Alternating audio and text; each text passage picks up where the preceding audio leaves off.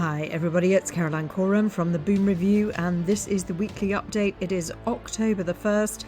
We are careering headlong into winter. An early bit of breaking news: the Israeli Defense Force has said that Iranian missiles are being fired from Iran onto Israel. Israelis are in their bunkers, and we are waiting for more information and confirmation of that. And the weather has certainly changed, that's for sure, with a huge amount of flooding all over the world, it seems. Volcaholic, if you follow him on X, has been detailing most of those floods. And of course, the one that sits at the top of our mind is the one in North Carolina and into Tennessee. So I'll talk about that in a minute. In the UK and Europe, nitrogen dioxide is still fairly high. Now, why that's important, we discovered earlier this week and last week that NO2 was actually the combustion product of arsine gas being dispersed in dry air. Quite a few people on X tried to debunk that theory, but we know that using dry ice before the arsine is dispersed actually dries the air out, and that allows it to descend without getting stuck to water particles. So the NO2 is a really big finding. I'm sure I've talked about that last week, but it is something that's going to help us track how bad or how good the air is. Somebody pointed out to me a brown kind of smudge on a storm that was heading in from the Atlantic. Turns out that NO2 is a sort of brownish clear colour in the air when it's in concentrations high enough. So I do think that that brown smudge above the system that was coming into the UK may well have been arsine gas being dumped into the Atlantic stream, which means that we have a whole other different angle to look at for trying to figure out where this stuff is coming from. Even though we track all the planes, we will have missed this one completely. So I'm going to track back and see if I can find more data on that. Hopefully I will be able to find something from Copernicus. I found a really useful database the other day that gave me quite a bit of data on NO2. So we have fog due on Friday, but we also have some clearing skies occurring tomorrow and the next day in areas around the UK. We know that Northern Ireland, Belfast area has been gassed today, and the plane is back in the English Channel as well. Fog often has bacteria with it at the moment. It will feel a bit different from the normal fog. It will have a sort of a grainy feel to it when you breathe in, a bit kind of stifling and stuffy. Then if that's followed by a very persistent cough, usually quite dry, non-productive. So if you've inhaled quite a lot of arsine and then have inhaled these bacteria, that could potentially become problematic. Do seek help from the doctor. Antibiotics are very effective at getting rid of these. And usually, if you're early on in the infection and not in dire straits, they will probably just give you 5 days of antibiotics. So anything doxycycline or penicillin based is good. Based on the clearing skies, that indicates there is going to be more gassing during that period, which is why the NO2 is forecast to be a bit higher. Somebody said, how do they know that the NO2 is going to be higher? That means that they must know when there's gassing. No, not necessarily. What they're probably doing is looking at the cloud cover and working out where it's most likely that there is going to be activity, how long that cloud cover stays for, whether there's going to be lightning, etc. So they probably do their forecasts based on that. So if it's clear, and how long it's clear for will dictate how much can be dropped. The other thing I noticed was that since the rain started, all of the heat spots have gone out under the UK, which leads me to believe, as we did last year, that the water was being shifted around in order to allow it to go underground and flush out tunnels and obviously people who are trying to invade us. Here, there isn't too much flooding, but I understand that rainfall is pretty constant and flooding is happening in parts of the country, particularly in the Cheshire area. Chester and Cheshire do seem to get a lot of this, unfortunately. Of course, we've got awful situations with people completely losing their homes and some people, sadly, their lives in the West North Carolina area, which was very close to the eye of Hurricane Helene and also into Tennessee. Starlink has been delivered from SpaceX, and Elon is coordinating with Donald Trump on that, getting resources where they need to be. And 2 villages were wiped out. One was Chimney Rock and the other was Asheville. So I did a little bit of a background search on both of those. And interestingly, there's been quite a lot of trafficking going on between that side of Tennessee and North Carolina. So I wonder if there might be some tunnels under there.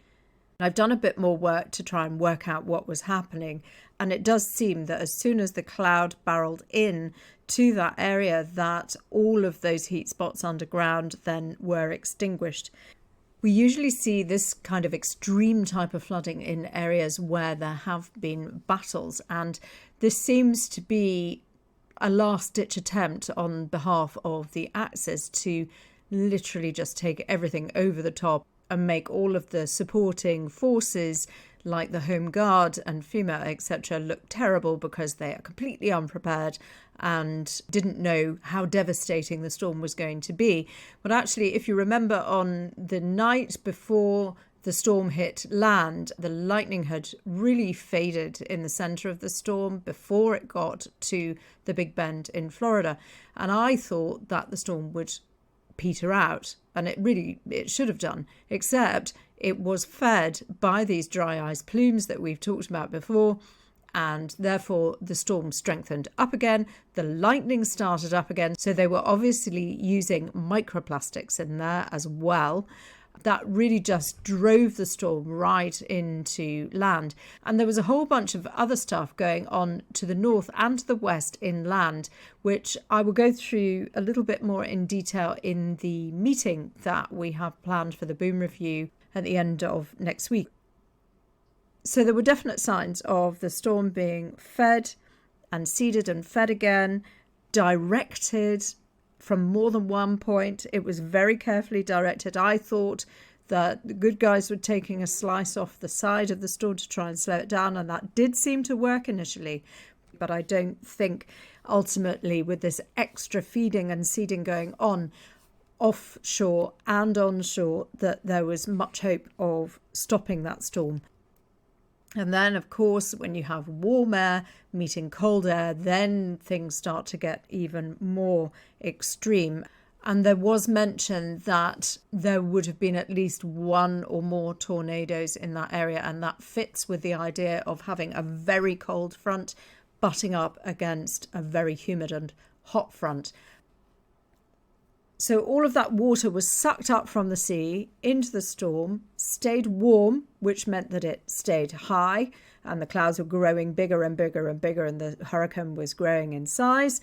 And then it met another system, which was also full of water. And then as those north and south parts of the storm joined, they bashed up against this cold front coming in from the west, and everything crashed down.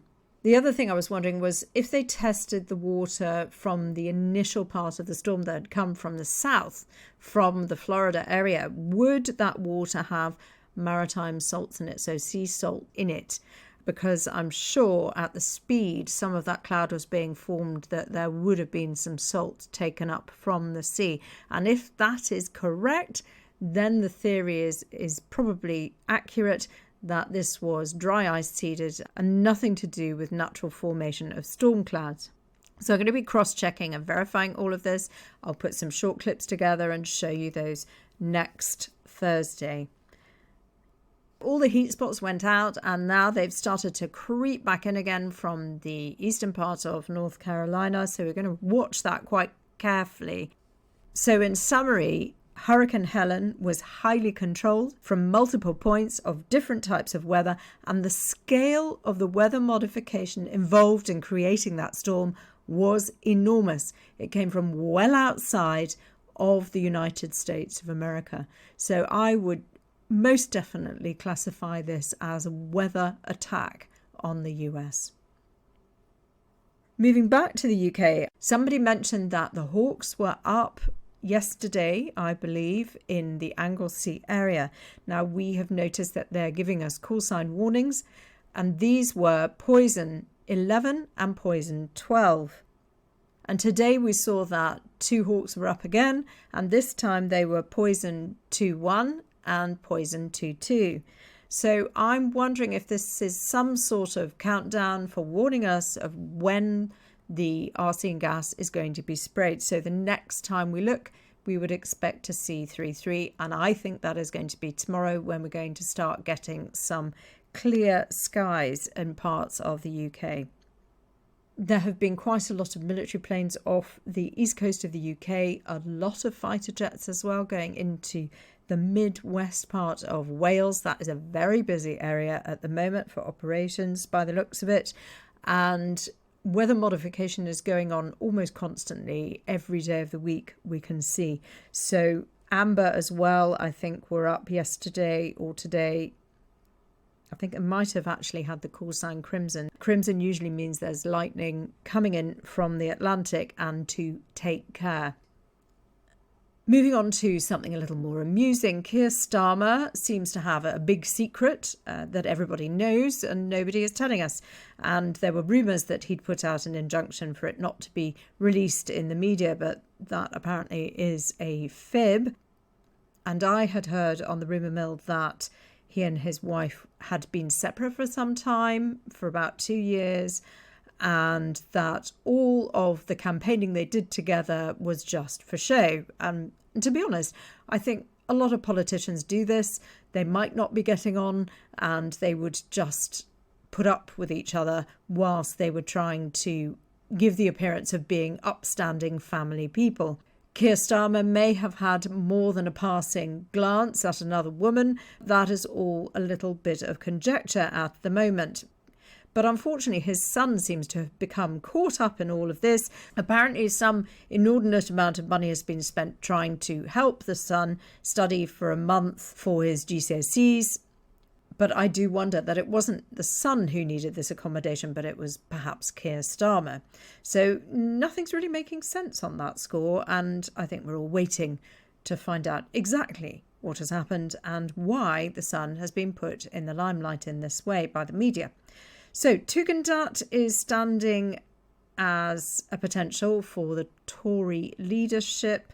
Apparently he's pro-EU, and he was pro the Theresa May disaster of a Brexit agreement. I think we need to take a closer look at him, really. I think he talks a good talk. He seems a nice, upstanding man, but whether or not he has our best interest at heart is another matter entirely. Watch this space. The Lucy Letby inquiry is still ongoing. A lot of evidence coming out, more and more, that's kind of almost drowning in it, really. We're looking at it as fast as we can. And I've written 2 articles already with the help of the team. And KK especially has got his eye on this very, very closely. There are quite a few things that we're picking up, wondering why certain things happened and whether this is common practice. And also things that aren't being said about the Liverpool Women's Hospital, which I will get to in the 3rd article, hopefully. But because I'm looking at Beverly Allett and Lucy Letby at the same time, I want to compare those illnesses that the children had. So I don't really want to delve into whether the hospital was run really well or not. What we're looking at are all of those clinical pieces of evidence that will tell us whether a child was going to be more susceptible and why they fell ill, why they were premature, why they didn't resuscitate easily at all. And that crosses both of those sets of murders. In other news, there is a Russian-connected ship. So that's not actually a Russian ship. I believe it's Maltese registered, and it is apparently sitting off Margate with a bunch of explosive fertiliser on it. Now, if it were a Russian ship, the British Navy and sometimes commercial vessels will escort a Russian ship out of British waters or around British waters through the English Channel and out of the other side. At no point are Russian vessels allowed to just wander around British waters without being accompanied. I do wonder, however, whether this is just one of those tall stories that we see often in the papers that is actually designed to keep other vessels away from the area where this ship is. Apparently there's a crack in the hull of the ship which makes moving it a little bit risky. So I'm sure we'll hear more about that later. On chickens and eggs, I did make a post, and I know a lot of people think, the whole chicken registration thing is overreach and people don't want to do it. And some people are registering their chicken from the supermarket, as in the packed and frozen or whatever chicken. I think somebody said they had a taxidermied chicken as well, and they were going to register that. So really what I wanted to say was that we know that animals are getting sick. We know our pets are getting sick. And we know that chickens are a little bit smaller than dogs, most dogs. And they're about the same size as cats. So if your cat is getting sick and your cat spends, say, half to 2/3 of the day inside sleeping, your chickens are outside all day long. And they are exposed to this rubbish all day long. So I think the issue is here that chickens are far more exposed to arsen gas, particularly if they are outdoor kept, which is usually the case for people who are keeping them as pets or in a small holding, and people who want to just have them so they can eat the eggs. The problem with eggs is when a chicken is sick, its body will try and push all of the toxins out whichever way it can, through the chicken feces and urine. But then if the chicken cannot get rid of the poison quickly enough, it will come out in the eggs. And Jill Crane sent me a photograph of her son's boiled egg from the supermarket. It had been boiled at home, clearly, and he had gone to eat it, broken it open, and it was rotten inside. So that is what is going to happen with an egg that is exposed to arsenic from the chicken, the hen that's laying it. They will go off much more quickly. But what you need to bear in mind is, even if the egg isn't off when you cook it and you eat it, it is potentially going to have a fair amount of arsenic in it. It may well be below the 10 ppm, but 10 ppm for us at the moment, with the amount that we're inhaling and eating and all the other food that we're taking in, is too much. Do you know, by looking at your chicken, how much arsenic it is contaminated with? And do you know from looking at your egg how much arsenic is in that? So that's it from me today. If you're going to be in the Boom Review meeting, please make sure you sign up by, I think it's Friday is the 4th of the month, either on the Boom Review full Substack podcast or the Coffee app as a member by that date. I'm really looking forward to it. We have so much to share with you. Thanks for listening and have a good week.